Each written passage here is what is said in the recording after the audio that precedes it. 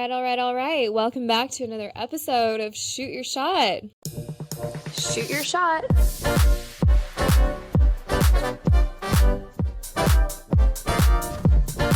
Shoot your shot. Hi guys. How's it going? As if I'm going to get like a reaction from response back. I mean, they might be sitting in their car, like in their room, saying like, "Hey." Probably not. It would be really weird, but yeah, weird. Maybe. Georgia, how are you? I'm good. I am a little tired, but I'm preparing for Friendsgiving this weekend, and Claire's going to be here tomorrow. So, yes! I'm very excited. Just planning a lot of shit ahead of this weekend to make sure this everyone's weekend happy. Is going to be crazy. I can't believe that it's this weekend. Like, I because know. I'm still in France right now, it doesn't feel like it's this weekend, but it doesn't feel like it's this weekend for me either. I will see you tomorrow. I haven't seen you since May. That's crazy. I didn't even think about that. We're literally going to see each other tomorrow. I know, it's crazy. It's been 6 months.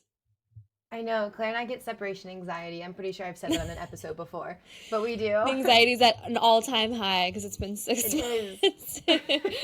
But yeah, super excited for Friendsgiving this weekend. If you don't know what we're talking about, Georgia every year throws a rager Friendsgiving, and this is it's only gonna get bigger. It's a new tradition.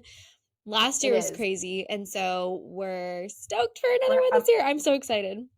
Yeah, I hope it's just as fun and crazy for everybody this year. I mean, knowing like even it will be. Honestly, even if you just put you and me and like 2 other people in a room, it would be just as crazy. So yeah. I'm not worried.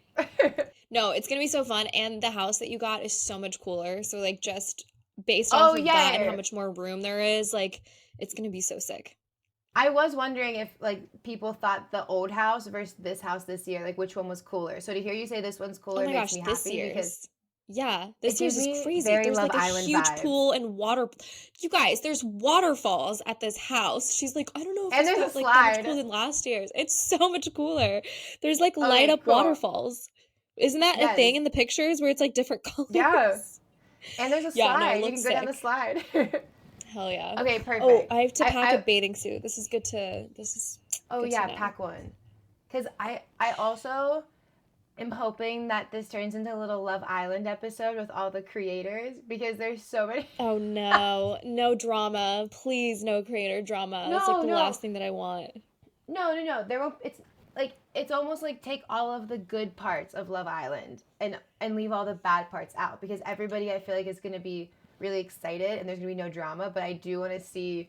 I just get excited when you put like a lot of people in a room together. Naturally, there's gonna be natural selection, and people are gonna want to gravitate towards each other. It's gonna be natural selection. That's so funny. Well, okay, this will already have passed when they're listening to this episode. I think. No, I don't think it will. No, it might. Okay. I was gonna say we'll let you know what happens, but yeah. Yeah, okay, so I wanted to start off our episodes moving forward in a new way. So this is going to be the first time that we do this. I want to start every episode by pointing out a positive thing and a negative thing from our week.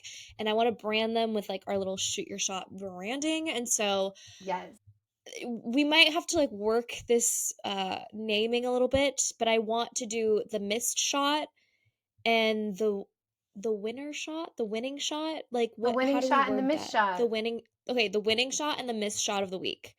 Yeah, okay. But I like that. Okay, yay. So I think it'll be fun to start every week like this. We can do like a little mini recap. So Georgia, what is your winning shot of the week? Okay. Okay, winning shot of the week is Jack and I wrapped a project for SoCal Youth Rugby, and it was a really... Honestly, there should have been 15 people doing this video and this job, but it was literally just him and I. So to see that we were able to do that, and then the client's expectations were like way beyond what they even thought the video was going to be, and then to have it wrapped, like all within a span of like 2 weeks, because normally this thing takes also like months to do, was just a really good thing for Jack and I to be like, wow, like we fucking did that, like let's go. So I would say that's a winning shot. I love that. Wait, you said it was SoCal Rugby. Yeah, SoCal Youth Rugby. So So we were went you to in California this week? I thought you were in Pittsburgh.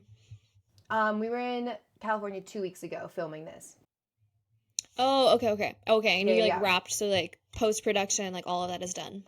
Exactly. Yeah. So now it's officially Okay, wrapped nice. and she's happy and it's going to be Nice. the new like video for the face of SoCal Youth Rugby. Hell yeah. Yeah, I I'm love excited. it. I want to It's see fun. it. Is it out? I don't know if she posted it publicly yet or if she's doing it next week, but I'll send you the link regardless and then maybe by the time this episode's out we'll put the B-roll in. Yeah, amazing. Well, I can't wait to see it. It was fun. All What right, a what's your winning winning shot. shot? Okay, I think so. I wrapped up a shoot with Vincero 3 weeks ago.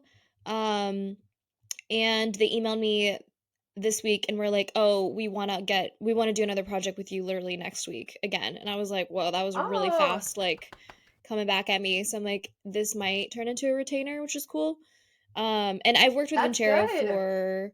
I've worked with them for like a year and a half now, but we had like a little bit of a break for a few months. I think they were like kind of rebranding a lot of their women's products. So the rebrand is like happening finally now.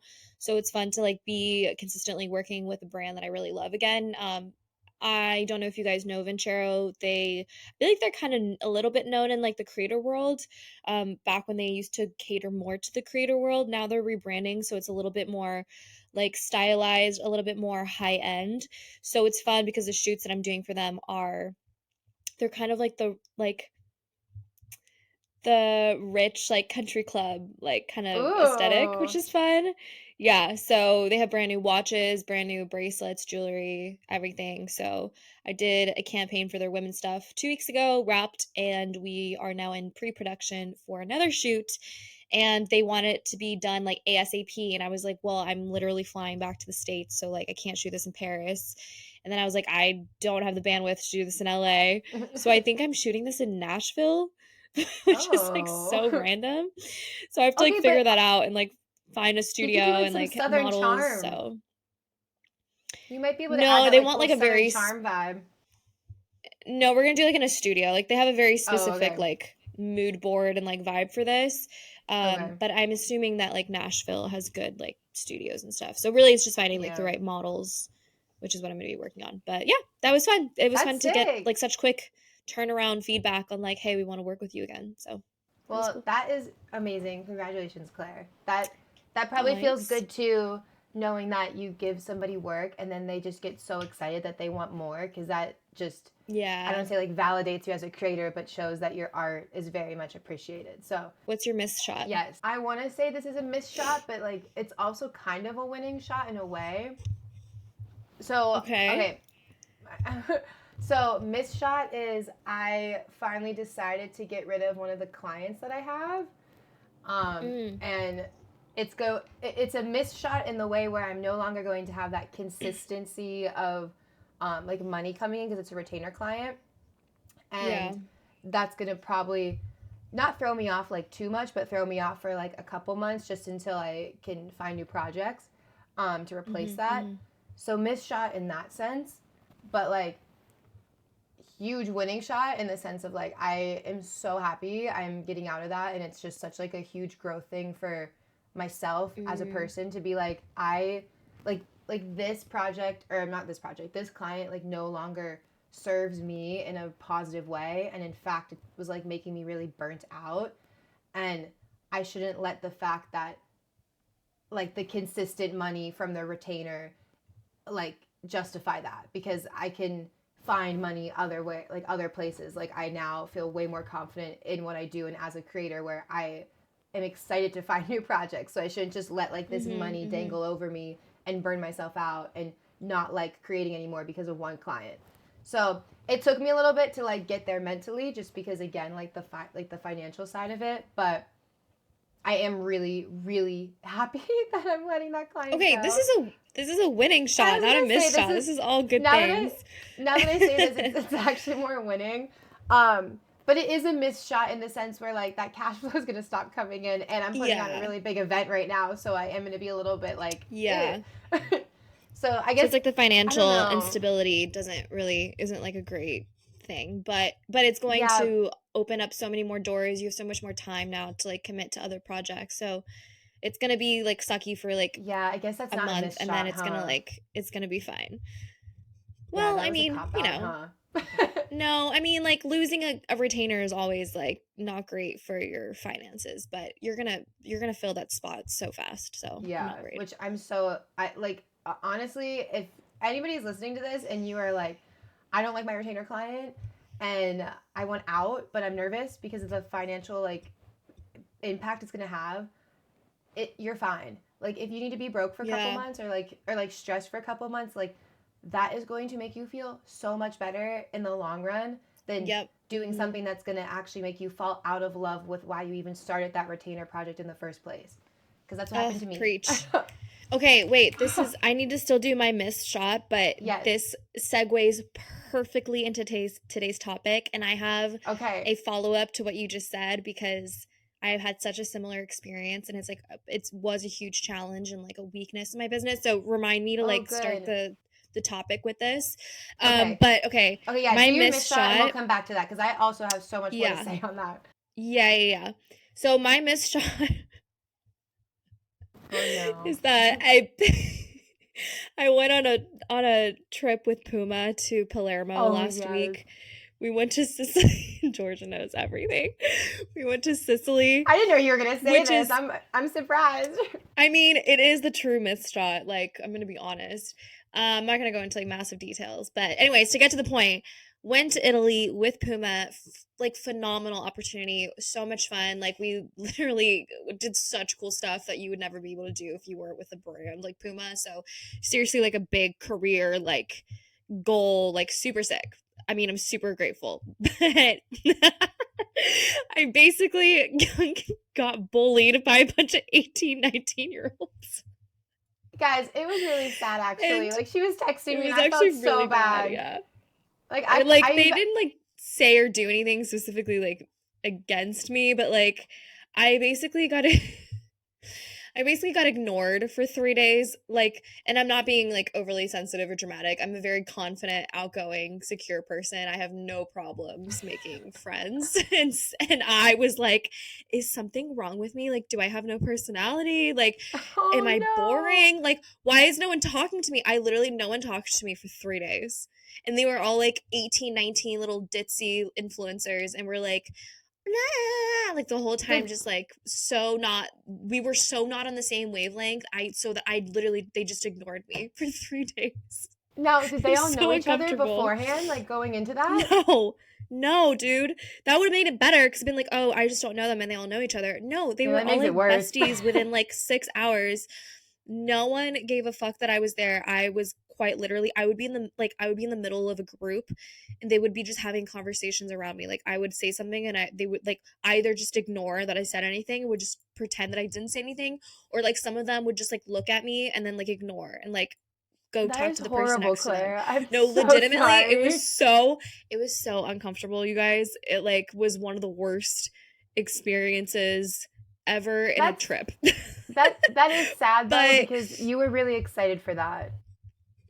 yeah, and the trip itself for Puma was amazing. Like this has nothing to Mhm. do with Puma, and I'm so grateful I got to go, and it was like so amazing. And like, I mean, Sicily is so awesome, so I'm really happy I got to go, and I had a lot of fun like doing the activities and like I connecting with a bunch of people from The Face, which is like the agency slash magazine. I don't know if you guys know The Face. They're a big magazine in the UK, but they are the ones who created this trip with Puma Oh, to cool. celebrate and like push the Palermo sneaker. And so it was all organized by this like really cool like Georgia. You should look up this magazine. It's I was gonna sick. say They've I like been want to look them up. they've been around since the 80s. They're really popping, and then they took a break between 2001 and 2017 or something. They took like a really long like 15-year break, and then they came back a few years ago and they're popping off again. Olivia Rodrigo is the cover of their magazine this quarter, which is sick. Oh So like wow. they're a big magazine. Like they have really big Yeah, artists and stuff. So I'm gonna look them up. anyways, the actual trip was so cool, but like I was just I think that I'm so much older than a lot of the people that were on this trip, and were like, I'm 27 and they were all like 18 and 19, which I'm like, I don't know why I got put in this trip if I'm like so much older. And Yeah. there was like a couple people that I connected with that were really cool and they were great, but they're like by the last day I was pretty like over it. I was Over like, it. please someone like get me home. Like I was texting Georgia and I was like, I'm not having a good time. But Dude, anyways, that's that's my funny. missed shot of the week Emo. is getting bullied by a bunch of 18-year-olds. No. I'm kidding. I'm kidding. I don't want to talk trash on them. Some of them were actually quite nice, but as a It's group, just it wasn't they like just I say they just all it got wasn't carried away. ideal. Yeah. Well, Anyways, it's fine. anyways, Like I would it's still do fine. it all over again just to be in Italy, so it's okay. You're like, it's fine. You're like clenching through your teeth. It's fine. It's fine. Okay, so this week's episode is our biggest weaknesses, struggles, and challenges, and we just want to kind of talk about some of the things that we have struggled with as creators and like, some of the ways that we've been able to overcome that and just give you guys some stories to show you the reality of being a creator and that it's okay that, things aren't necessarily perfect all the time and that doesn't make you less amazing of a creator. So, Georgia, when you were talking about how difficult it is to cut off a retainer or end a retainer, and then you're kind of like losing, a big chunk of income, and there's that fear of doing that, but then really on the other side, it's you just get so much more freedom to work on spec projects or passion projects or, put more energy into getting another Your client own that you're work, more even. yeah, your own work, yeah, which is a passion project. Um, and just like giving yourself more freedom to move into a different direction if you want to. And I experienced that so similar to you, where there was a client that was just like a very toxic client that was really taking advantage of me. And like we started working together during COVID. And it was the only client I had for a big chunk of COVID. So I think I got like I let myself be used for so long because it was like the only money I was making for a little bit. Like we literally started working together in like April of 2020, something crazy. So it was like the best timing for me because I had nothing else going on. And this client was just really taking advantage of me and like had these really high expectations for a low budget and would just kind of like I don't want to say like verbally abused, that's way OD, but like just rude, was just like really rude, saying really rude things and wouldn't properly communicate things and then expect something from me without telling me that. And I would go so out of my way to make things work for this client. Like I would bend over backwards for this client and it was so uncomfortable because I had to like not use people, but I had to severely underpay people, ask for free things. I had to ask for so many favors. That's what it was. I had to ask Yeah. for so many personal favors, which, that's using my reputation and the relationships that I've Mm-hmm. created with these models, stylists, makeup artists, whoever, that the client is using and not, paying for. And so it was like my name on the line and it was so toxic. And we worked together for like a year and a half, 2 years, and towards the end it was just so unbelievably like disrespectful, the lack of respect towards the creative craft, as if I'm just like able to give them like 100 hours a week. It's like it was just so severely underpaid and They like expected badly it to be managed your from the full-time client. job. It wasn't even like full-time job. It was just like they were expecting for these things that they were not willing to pay for. And they, like for example, I was like, I'm using models for free. I was like, I'm telling you, you don't want to pay for models. So I'm literally using my resources and I'm like hitting up people on Instagram or I'm asking my friends or I'm using again my reputation and people want to work with me. And so these models are like, I'll just work with you because I love your work, but it's like only because it's for you that I'm doing this for free. And I would do that. And sometimes I would get models that the client really loved and they would be stoked. And then other times it would be it would be a model that the client didn't like. And they would say horrible things like, oh, we hate the way that model looks. Like they're ugly, they're fat, Oh, they're this, they're that. that's so And I was like, bad. one, so like, why are you talking about someone like that? So uncomfortable. Like, don't say they're ugly or fat. Like, that just doesn't work for the style that you want. But also, you're not paying.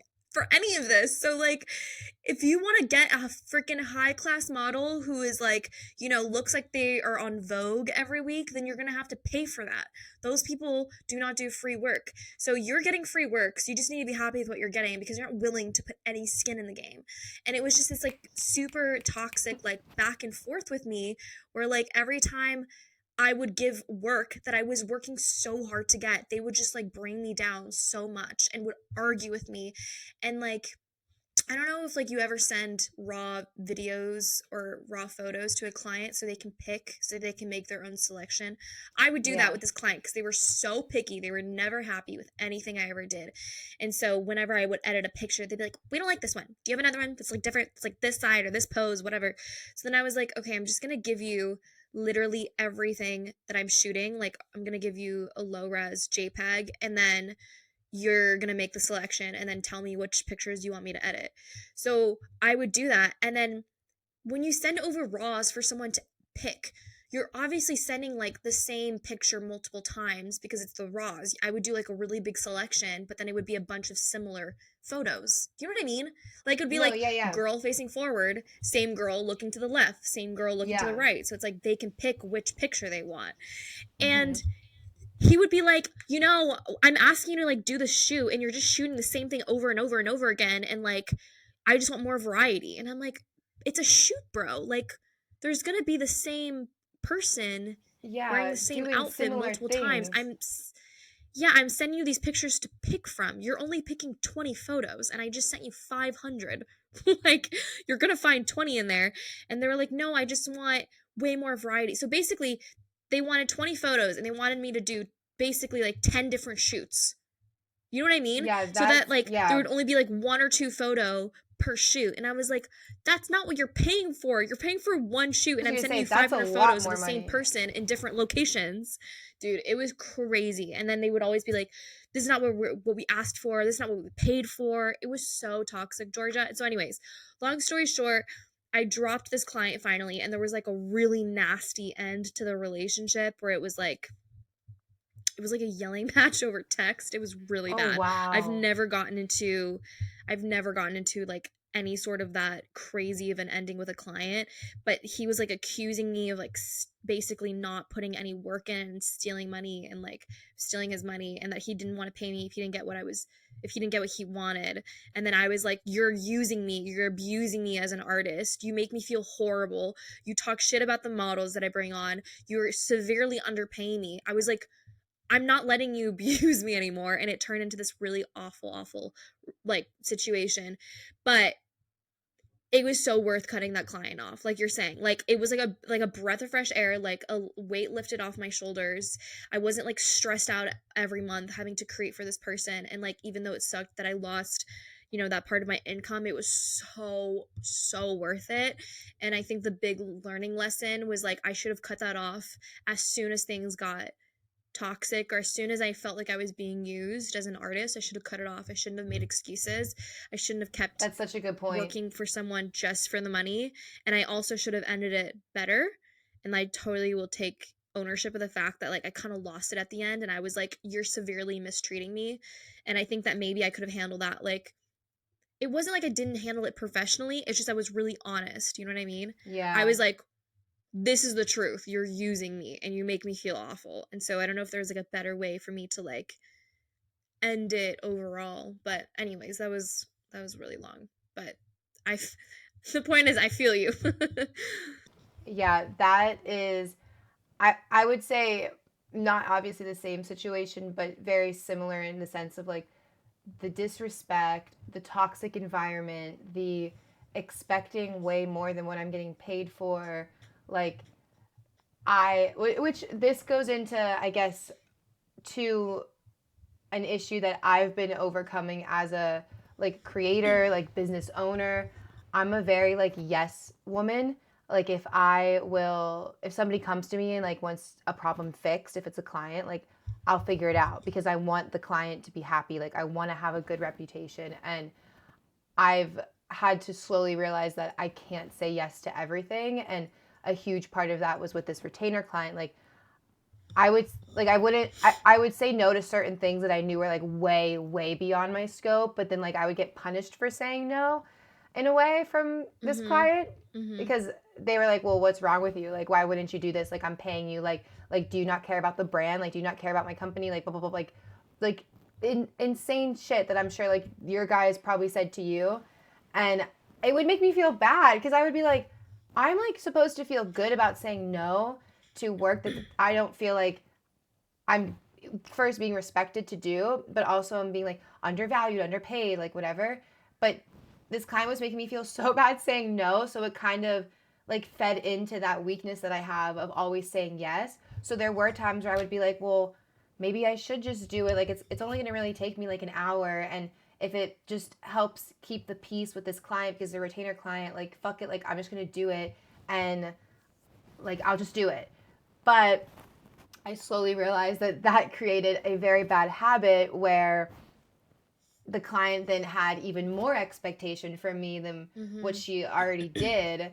And it just became this really toxic pattern. And I mean, aside from me saying yes to stuff, like just in general, like just horrible, horrible management, horrible just communication. Like I can't. It's just so bad. I feel like I will go into more detail because I still have 3 weeks left with this client because we're ending the contract very soon. So when the contract is actually ended, just to make sure I still get paid for my last month, then I will go into much more specifics.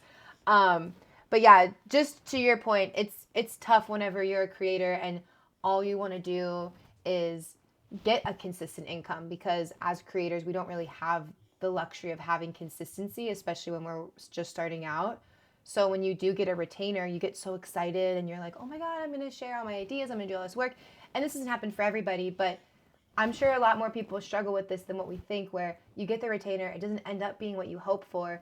It maybe not be to the extent of like Claire's situation or my situation, but if it is toxic and if it doesn't serve you as a creator, like what Claire said, the financial like side of it, it doesn't matter. Like it's almost like we choose to not do a 9 to 5 because we want the luxury of having our own choices as a creator.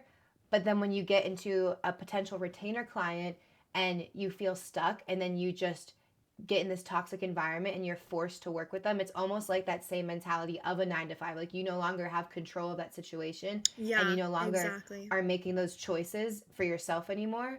So Mhm. it's almost like, I don't want to say like hypocritical, but it's like just sit and think and be like, this is why you didn't choose that lifestyle, because you want control over your work and you want to be able to be Mhm. happy producing it and not have somebody like micromanaging all the time. So if your retainer is working against you instead of for you, then Yeah. leave. Like leave. Because it's Yeah. it's It's it's so hard. true that yeah. Yeah. Well, like you said, like when you say yes to one thing with a retainer client, it's like they keep if you don't really set boundaries, they'll you give them an inch and they take a mile. And that's Exactly. so common in retainer clients because and that's why you have to outline so specifically what your deliverables are every month and that doesn't change, or at least if it does change, it's like you got to have that in writing, like very specifically what happens, what it means for a deliverable to change month to month. And I think that's the problem when it's not confirmed early on, that you're kind of like, okay, like we're agreeing that we're working together every month for this amount of money and you're gonna like do photo and video, but it's not like with 2 models, 20 photos, one revision, you know what I mean? It's like Exactly. it has to be very specified, but because they'll like try to take so much because they're getting you at a certain rate every month, and if you say yes once, it's really hard to say no again, and that's where you end up in a lot of like bad situations, is because they're like, well, you said yes to this, so why are you saying no to this now? Like you're Yeah. afraid. You're like, well, I said yes, and now I feel like I'm under pressure to say yes again. And Yeah. obviously you can say no, but then it's like, oh well, because I said yes to this, it's going to be weird if I say no to this, so then they Exactly. might end the retainer. It's so uncomfortable, and I totally get it, It and I've is. been in that situation multiple times. But it's difficult when retainers end, but sometimes it's just you gotta let the retainer end. Like if it's causing you to lose peace of mind every month and it's I stressing you out, literally like it's not good for you, and it's not good for your art, it's not good for your creativity. Like, you're being stifled anyways. Like, these types of clients are not letting you be fully creative. Like, this, I had never had any creative control over anything with this client, and it wasn't like I was making a ton of money and it was worth it because I was still able to create. It was like, it was not worth it at all. Exactly. I will say, because this is something that I have made, like, I've become very aware of with now being able to lose this client. I realized, like, this past year has been the first year where I have been the least creative ever in my life. Because, like, I'm somebody where I love doing photo shoots. I love, like, creatively, like, producing and directing, like, ideas for friends, like, passion projects and stuff. And I used to do it all the time. And between, like, the past, like, just 8 months, specifically with this stress from this one client, I just realized how burnt out I was. And not that, like, I was unhappy as a person, but I just realized, like, wow, like, I really let a lot of my own creative desires and passions go just to be able to serve this client instead. And it shouldn't be that way. Like, you should be working, like, almost like synonymously. Like, you should be serving yourself, but that also then helps your retainer client too. It shouldn't be, I have to let go of myself to a point as a creator just to make this retainer client happy. Like, that retainer client should want you to put yourself into their work. And if it's anything different, then it's just not the right fit. Totally. Yeah. And it takes a client who's really, like, self-aware and who really also, I feel like usually the best retainer clients, or even just clients in general, are the ones that have a lot of respect for the creative art, Yes. for art in general, and the creative process and the creative mind. And they recognize that they're hiring you because it's something they can't do. Like, if you could do it on your own, why would you hire any sort of creative? It's because you can't do it. Such a good point. And you need someone who can to do it for you. And so if you're hiring someone to do something that they're good at that you're not, you need to respect their view on this. And that's happened a few times where I've been, like, very adamant, where I'm like, hey, I know that you think this studio is going to look better or this model is going to look better, but I'm telling you, as a creative who's been doing this for almost 10 years, like, trust me when I tell you that's not a good idea. We should do it my way, because I know what I'm talking about, because this is my job that I do every single day. This is not your job. You work in marketing, but you're not working specifically in the creative process. And I think that if you can build that communication with a client early on, where you're like, hey, listen, like, I've been doing this for a long time. Like, trust me, I got your back. I'm not doing this to be argumentative. I'm not doing this because I want your brand to fail. Like, I know what looks good. And so trust me, I'm going to do everything to make your brand look good. But you got to put some creative control in my hands. You got to trust me. Yeah. And those are the best clients, are the ones that trust you all the way. They're like, hey, you're the pro. If you think at the end of the day that this is a bad idea, like, we're going to do it your way. And I love when clients are like that, because then it's like, it gives you so much more excitement, and you're more passionate because you're like, yes, I have the control now where I can really express myself through my art, and I can do what's best for your brand, because you're letting me be the best version of my creative self. So when you're in an opposite relationship of that with a client, where they're stifling your creativity, where they're controlling everything, where they're angry with everything that you do, where their expectations are not meeting what they initially said that they were going to expect from you, it's so stressful. And, like, you can't create under such intense pressure. Like, it's just bound to be, it's bound to end badly on both ends, to be honest. And it's not going to end with, like, a good vibe. Yeah. I currently have another retainer client, like, separate from the one I was just talking about. And, like, the relationship there is so good. It's, like, exactly what you're talking about. Like, they give us creative control. They trust us.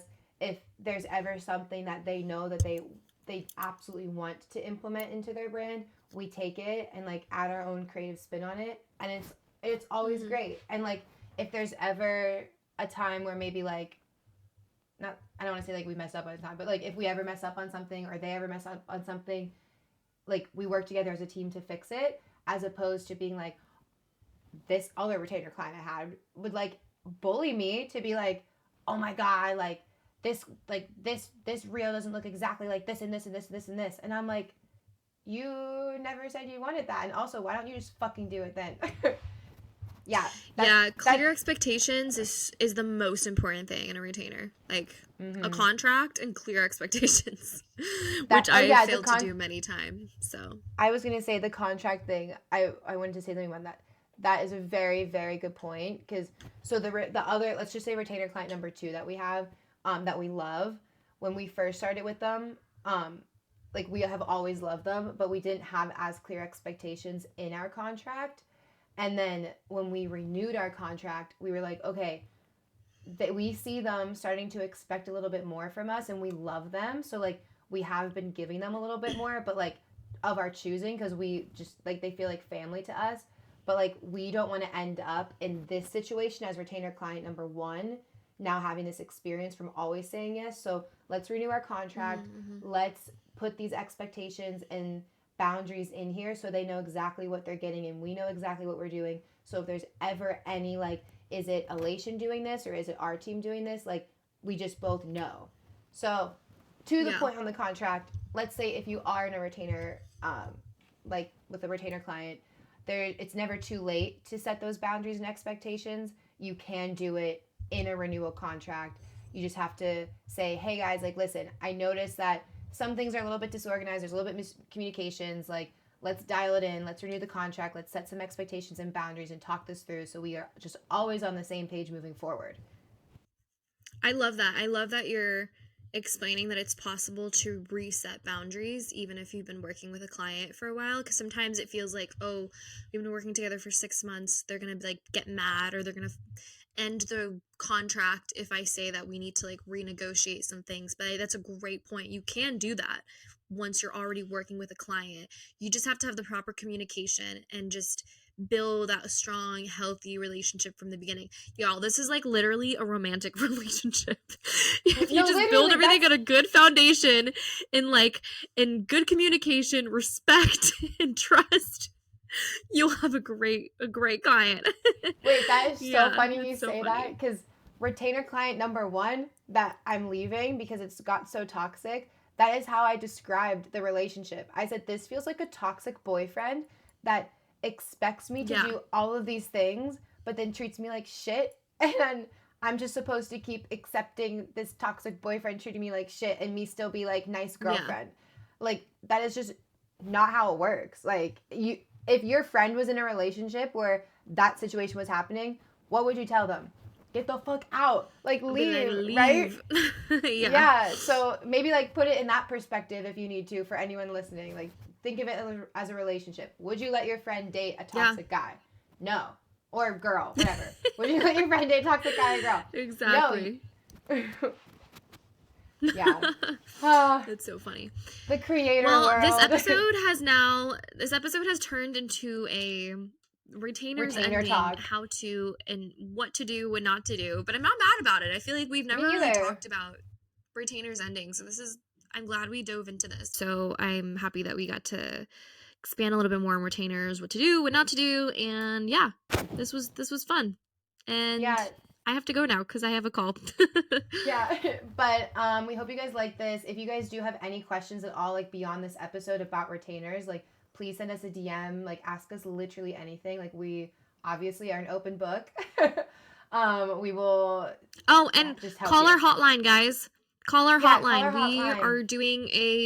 We're doing a creator confessions episode soon, probably over the next week, and we want to hear your confessions, your like crazy behind the scenes, just generally like anything wild that's happened on set or like something embarrassing that happened that like, just any sort of like funny story.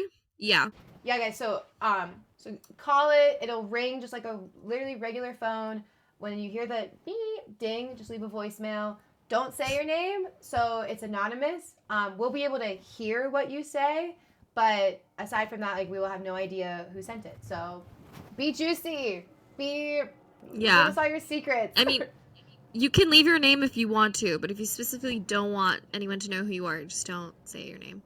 Okay, the phone number is 213-394-5034. That's 213-394-5034. I feel like I'm a little like an ad like that you hear on the radio.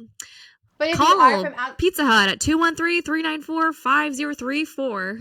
Wait. That was good. Wait, Georgia, you're a good voice actress. Give us like a very I don't have the number advertisement in front of me, though. voice, like a radio voice. Okay. Wait, what's the number? Wait, put it down a little. Okay. Okay, ready? I want to hold a mic in my hand. Okay, ready? Okay, go. All right, guys. And next time, hang on.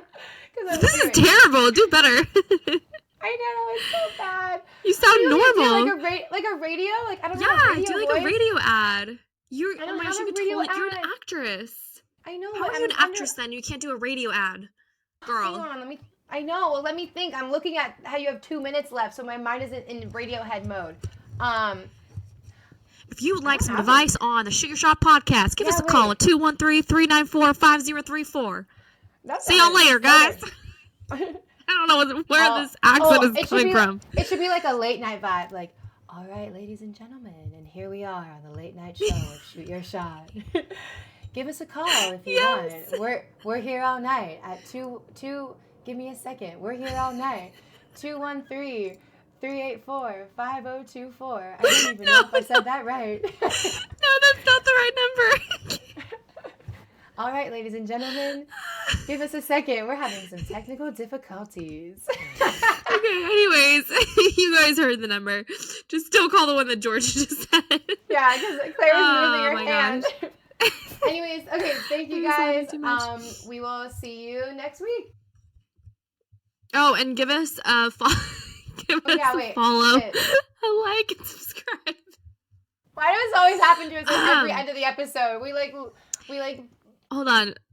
Let me get to my robotic end of the episode voice. Okay. Thanks so much for coming to another episode of Shoot Your Shot.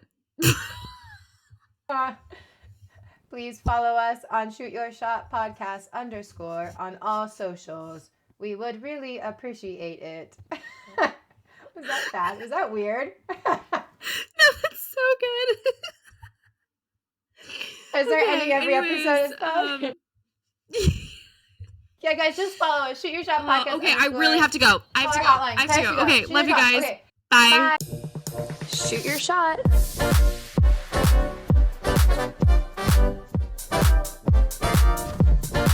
Shoot your shot.